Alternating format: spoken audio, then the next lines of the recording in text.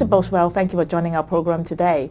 We know the government is now proposing to introduce the corporate rescue plan in Hong Kong. Do you think this is a good idea? Enoch, we think it's a very positive step for Hong Kong. Hong Kong is clearly a major financial centre, but it's one of the few that doesn't have any corporate rehabilitation program.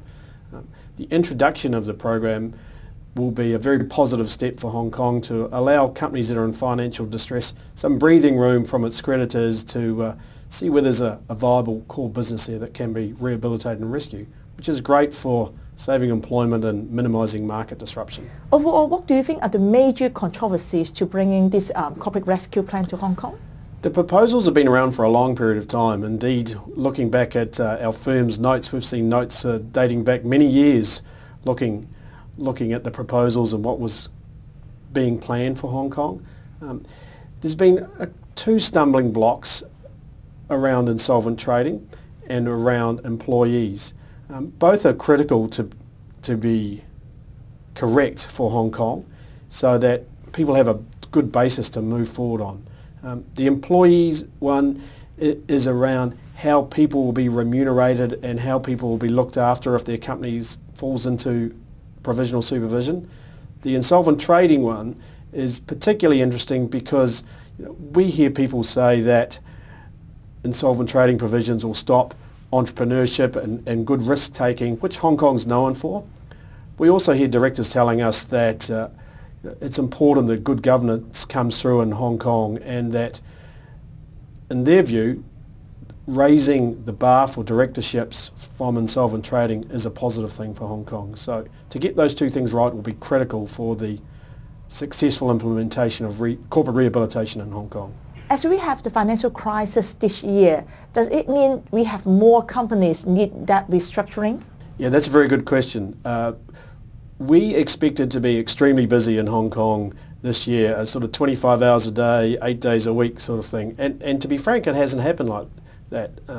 I think we've seen the benefit of financial stimulus packages. We've seen significant capital inflows into Hong Kong. We've seen high levels of interest in the equity markets and companies be able to refinance their debts through tapping into the equity markets, which has meant that we haven't been as busy in our restructuring business as we perhaps would have expected to be. I think the interesting question is what will we look like in 2010. And what's the outlook next year?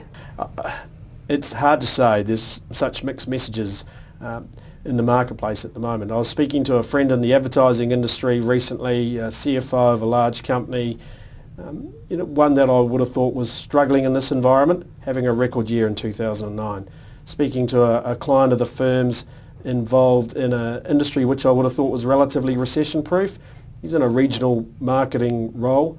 Says they've never had it tougher both on sales and margins, so it's really hard to know.